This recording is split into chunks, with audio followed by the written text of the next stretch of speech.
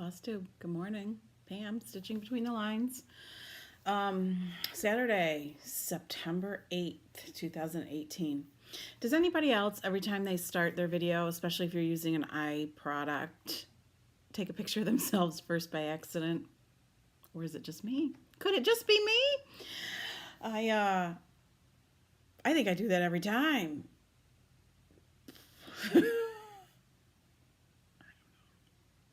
Because I don't switch, the dial thing to video. Anyway, it's Saturday. My intent is to make a video to upload while I'm traveling, where I'm hoping to have better internet than here. And so then it'll just, in the next few days get uploaded. Anyway, at this point in time, it lets me do a cut off. This is everything I had and showed you everything. So when I get back and I'm all confused and don't know what I've done, then I can just know that I showed you everything, except for maybe what I work on later. But whatever. There's too much to do to be thinking that there'll be much stitching.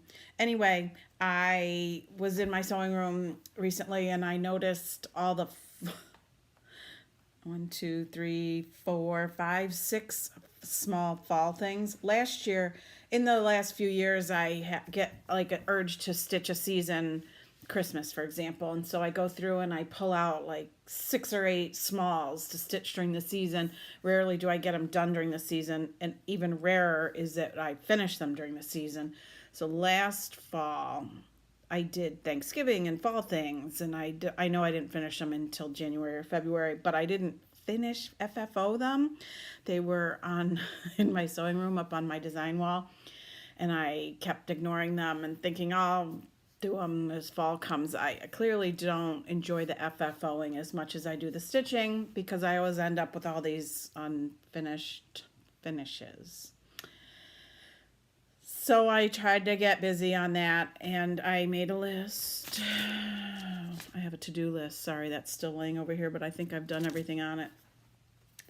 I have a list because I was very, very good about keeping track of the pattern, the fabric, and the designer, that kind of stuff when I was stitching them. And then as I stuck them up on my wall, I either stuck the pattern in my drawer or in the pile for giveaway at whatever retreats I've been going to. So I actually had to go watch a video or two to see what I showed as my whips. I have a couple of the patterns, but not a lot of them. So anyway, FFOing. I am not that good at FFOing. There's a couple things I do well, and there's other things that I like, but I don't do well. So you're on the galloping horse here, right? That's what we say about a quilt. If you can't see the mistake on a galloping horse, then it's not a mistake. So my first one that I'm going to show you is Bent Creek's Pumpkin on the Hill, which I did as a stand-up with sunflower on the back, and I had this, let me see how well I can show you while you're galloping by on the horse. I had that braid that matched really well. So I made a little stand-up, and I really didn't have a hard time doing it, any of it. I crammed in as much sawdust as I could. And just leave that. Just leave it alone. And it came out fine. It'll look nice in my whole big lots of display of fall things. And then, let me look at my list. Little House Needleworks Pumpkins was one I did, and I did it as a cube, only it's not as big as a cube, it's flat. And I made the bow with an old rusty bell in it, and it really actually did come out quite cute. And then I did You and I and Friends Jack Cat. That one, sorry. One of my kids is coming to stay at the house when we leave. So anyway, she's asking me what time we're leaving because she's coming to stay. So she probably just wonders when we'll be gone, what time she should be here, should she feed the cat supper, whatever. So anyway, you and I and friends, Jack Cat, which was a ton of stitching, surprisingly so for this pattern. And then I just tore some homespun. I did a flat, and it doesn't have any hanger or anything on it because I think it'll look cute just sitting in a basket or whatever. And then this one was I had all my smalls spread out on my work table, trying to decide what to do. And on Monday, my daughter and I went to,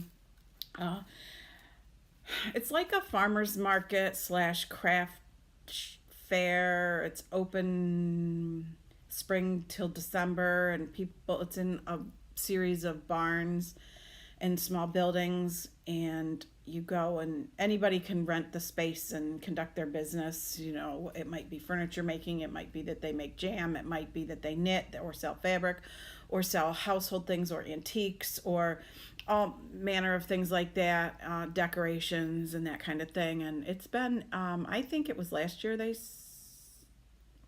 they have been in existence for a good 30 years.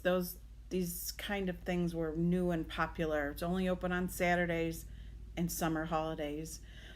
So anyway, my daughter and I went on Labor Day. That's my favorite days to go, are Memorial Day, 4th of July, and Labor Day, because they don't get so crowded because people don't always know they're open those days. So one of the booths sells a lot of wood cut things. So I bought the pumpkin and I put on my Bent Creek Boo, and that was the best finish by far of everything. Yeah, easy peasy.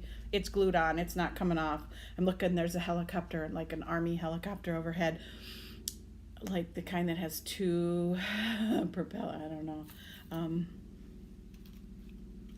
know. It's not something we commonly see.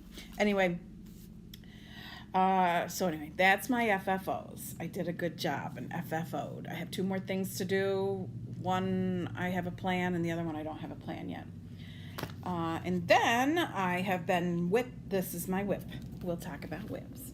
I joined the Pumpkin Hollow stitch along that Priscilla and Chelsea are doing. My rule for a stitch along now is that I have to have the pattern before I'm going to participate. Now, that does not mean if there's a fabulous new pattern that comes out and people start a stitch along that I won't join. But when it's Priscilla and Chelsea quite often pick patterns that have been around, which is nice for those of us who have a stash.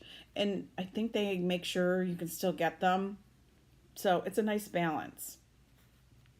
So Pumpkin Hollow Farms, when did it start? On whatever World Cross Stitch Day was. So that was the day it started. I think it was on a Friday. So I started it on that day on this piece of, I dyed it coffee tea dye. I talked about it before. It is a piece of MCG even weave. I bought a few packages. Our Joann's had them on clearance.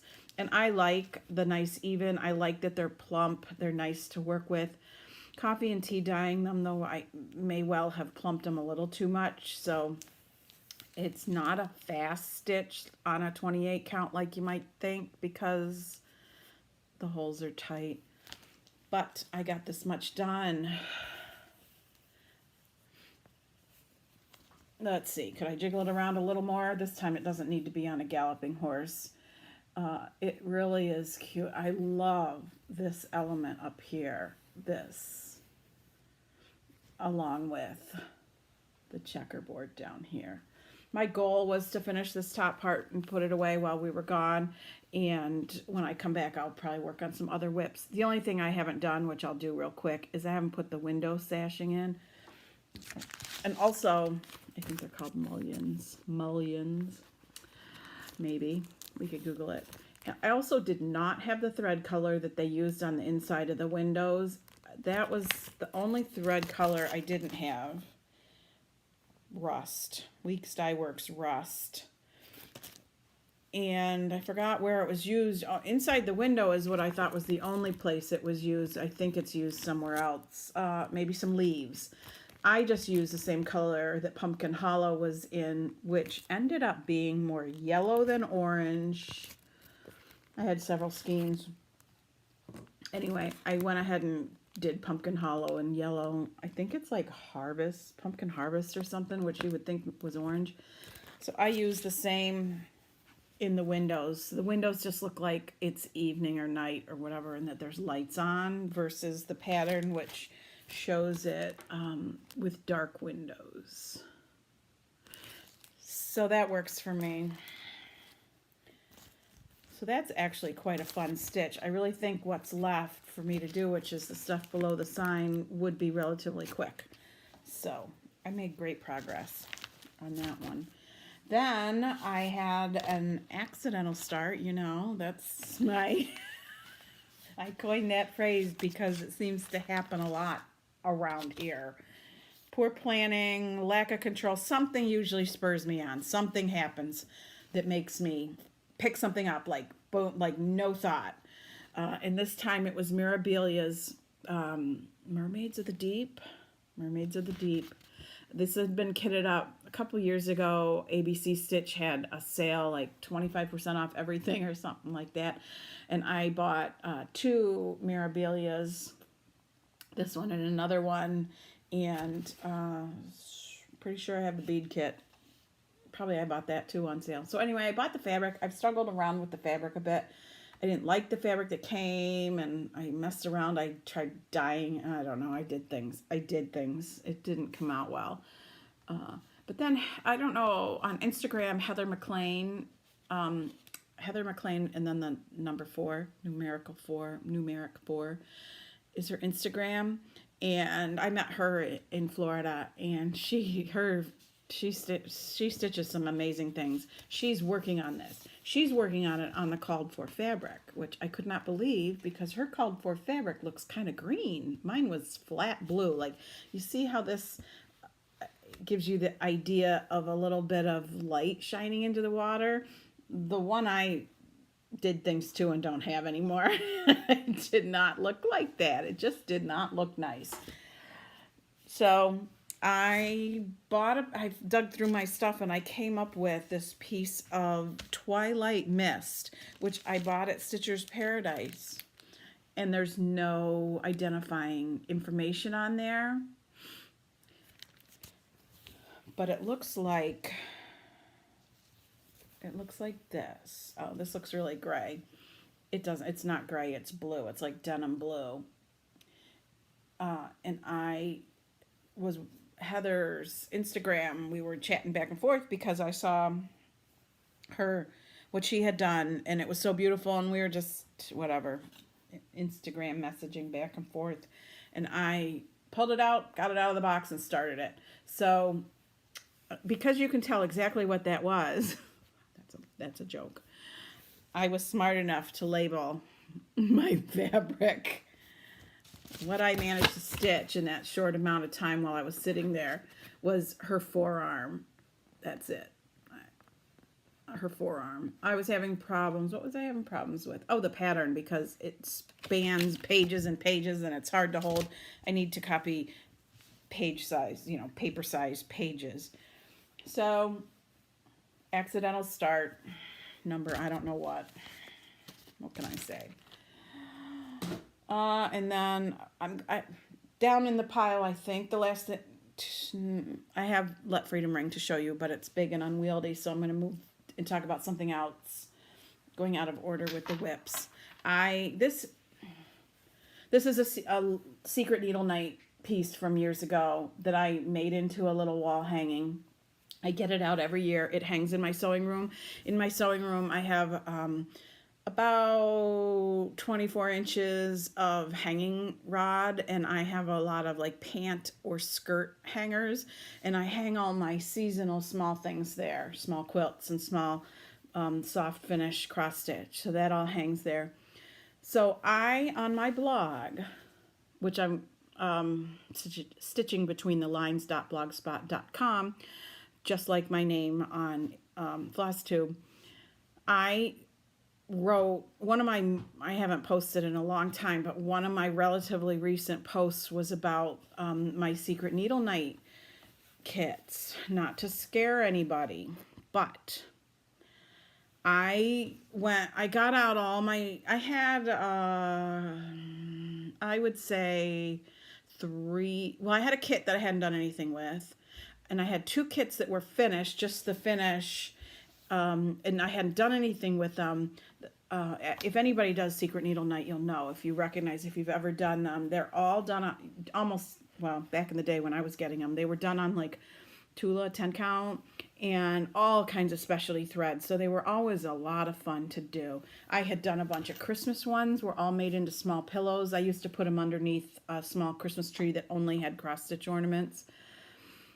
One of my kids has that tree now. And then I did a lot of soft finishing, or varying things. So anyway, I got out 2 that were finished, but not FFO'd. And I was contemplating what to do with them, and all of a sudden I started to notice, this is a bad example because it's not the same thread, that the threads were like disintegrated away from parts. It was some of the fuzzy thread, soft fuzzy. And then I went and looked at my pillows that have been long done. Same thing. There was fabric missing. There was holes. Just, you could rub it right out with your fingers. And that was very disheartening because, some of them are so cute. I know stuff doesn't last forever, and these fibers are made of all kinds of artificial materials. But this one, and they're not all stored in the same way. So the Christmas pillows were on a shelf in my sewing room. The little kits that I had finished were in probably the bag they came in. So you could argue the plastic or whatever, but it's not. It's inconsistent how they've been stored out in the air or put away. This one hangs on my little rack with all my soft finishing small quilts and whatnot. And when I was getting it out, I see these little black things on it. And so I'm like, what the heck? His legs are disintegrating away. I don't want to even touch him, but there's a leg missing there. So I don't know how long the rest of him is going to last. So this is a very disheartening thing when you've spent all kinds of time and money, and maybe you've been sort of stashing all those kits. I don't know. It was sad. I have 1 or 2 pillows left for Christmas that were Secret Needle Night. And I went over and I looked at them and was trying to decide if the fuzzy thread was coming away. The fuzz was way standing out on the fuzzy parts. I think it was a Christmas hat. So it was a mix of a checkerboard of really fuzzy white and not fuzzy white. And the fuzzy seemed to be standing out a lot. So I have a feeling some of the fibers that were on the thread as it got stitched in have sprung loose. I don't know how long that's going to last. So anyway, if you got some Secret Needle Nights, get them out, stitch them, enjoy them, because they aren't going to last forever. I don't know. And it's funny, I didn't put the year on this. I almost always do, so I really don't have a recollection of the year. I'm going to say I've hung this for 12 or 15 years, so somewhere in that neighborhood. So get your Secret Needle Nights out and do them. Do them and enjoy them now, because I don't know how long even the fibers unused are going to last. So there's that. Let's do Let Freedom Ring. Let Freedom Ring is wrapped up in a little bit of protective covering. It goes in my, I always forget the name of my frame. It's a lap frame, doodle frame. And when I'm not stitching it, I cover it up.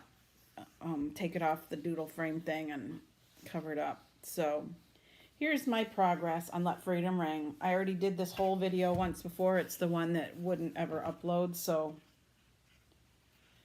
I just gave it up. So here's Let Freedom Ring. Oh, that's not bad. That's a pretty good job. This last installment, I did this scroll across the top.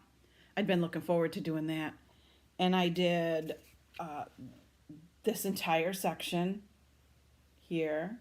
It's funny, I was watching the old video to see who made some of these, who the designer was on some of these smalls for fall, and I showed the progress on this, and I talked about when I did the flag how I was going to leave the letters out. Forgot about that. Put them in.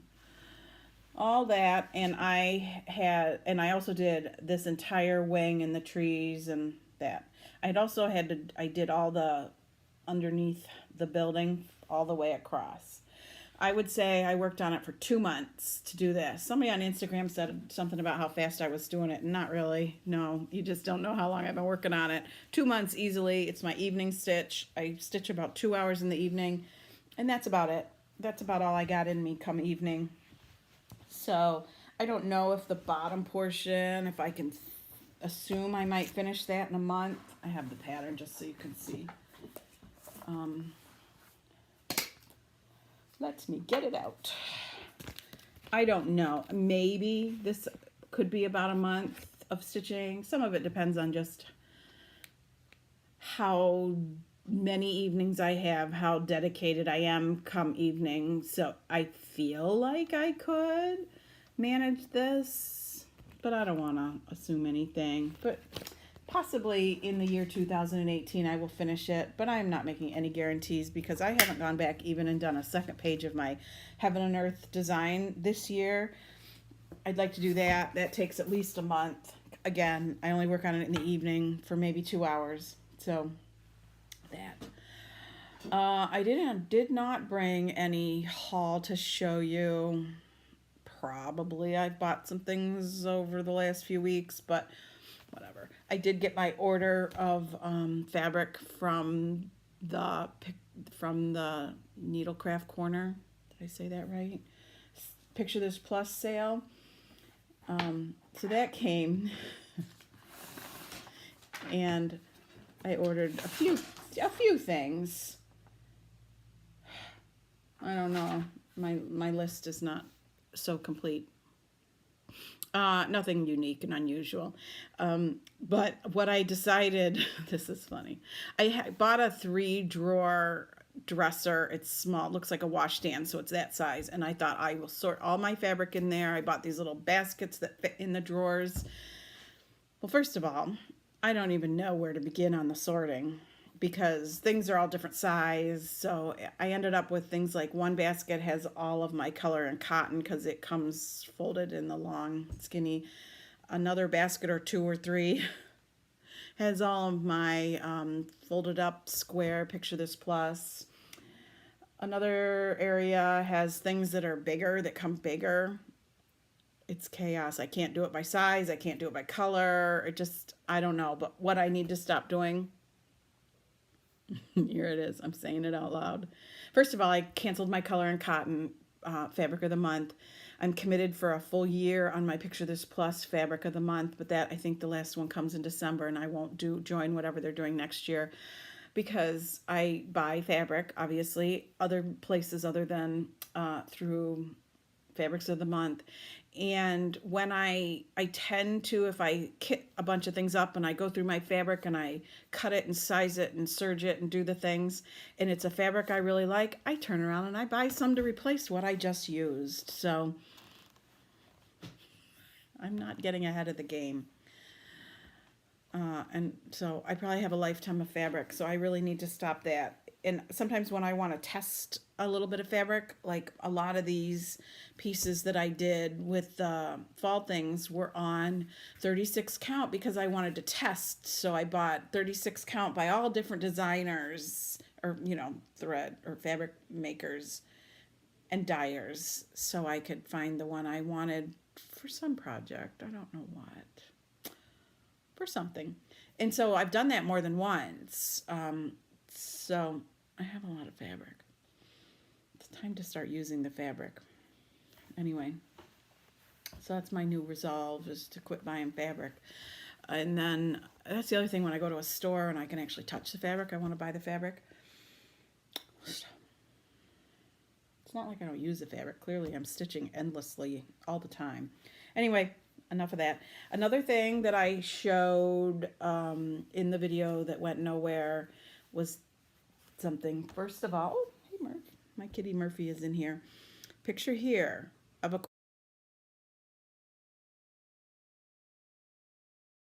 quilt.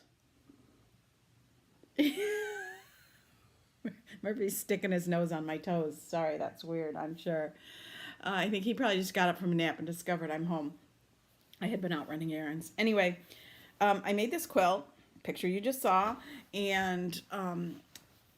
something you can make to go with your quilt is a pillowcase.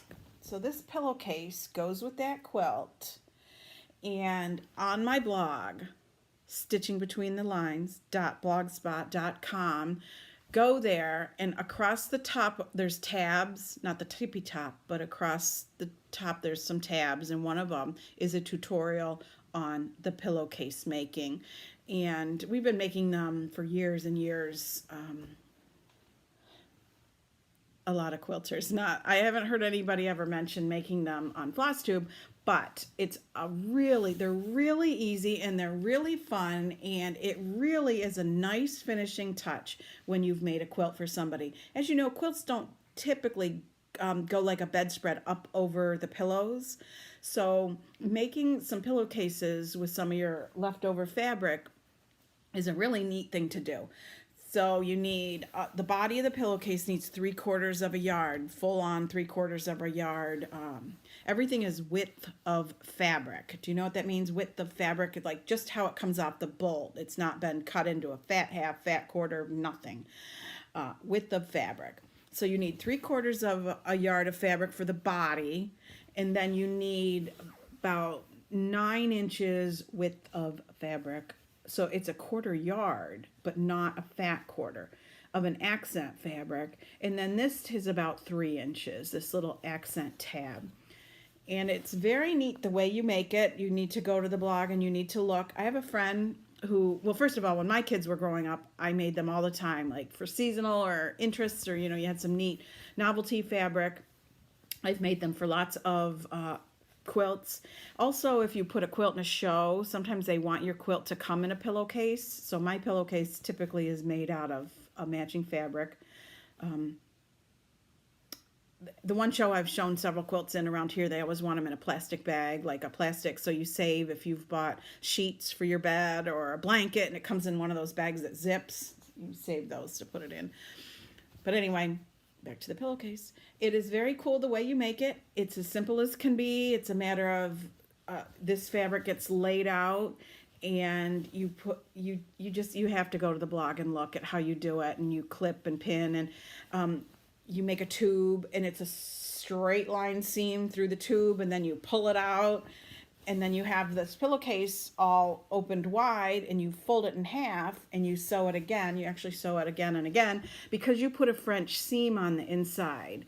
And a French seam is so that you don't have any raw edges. There's 0 raw edges that show on this entire pillowcase.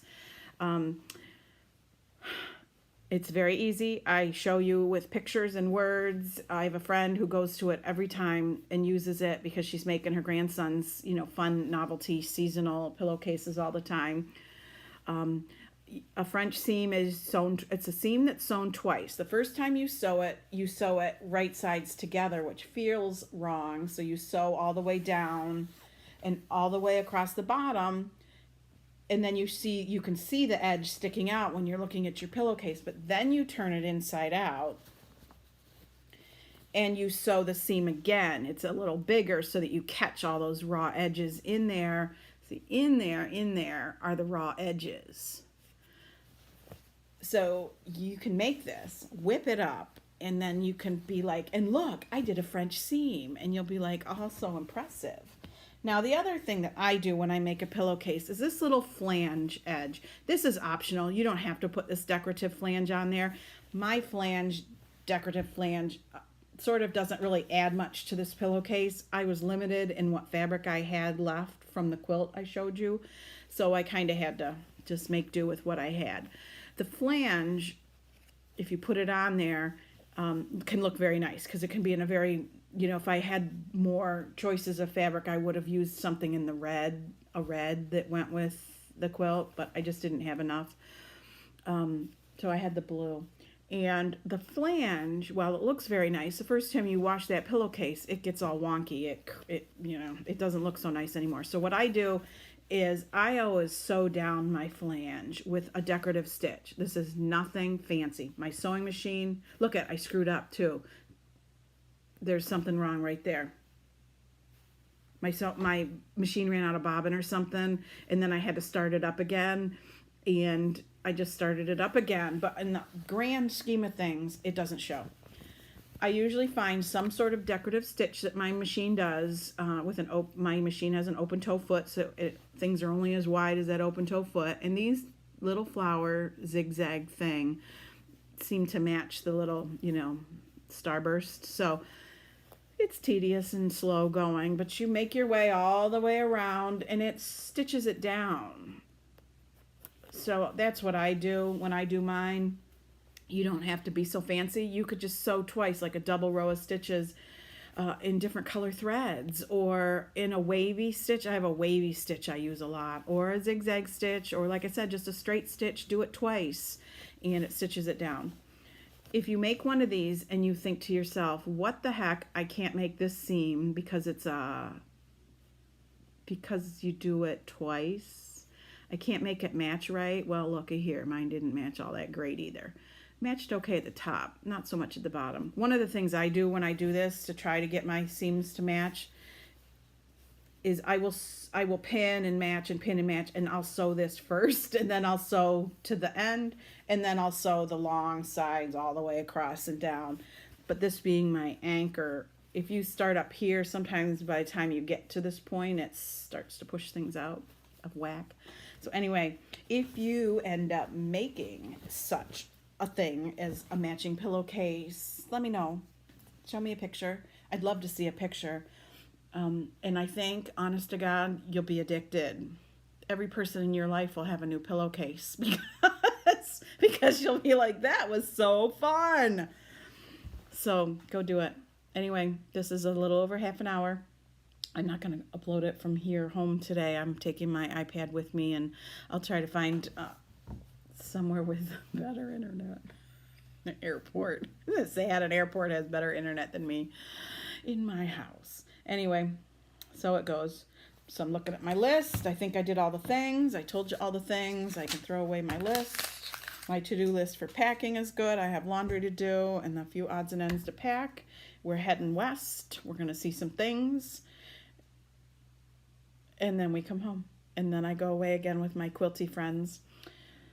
So hopefully September's off to a good start for you. It was like 9,000 degrees a couple days ago, and today it's 50 something and the high of like 62. So shocker to the system, but it's getting us used to where we're headed, where some of the days are in the 80s, but then it gets cold again. It gets cold the further up we go, I think, in elevation.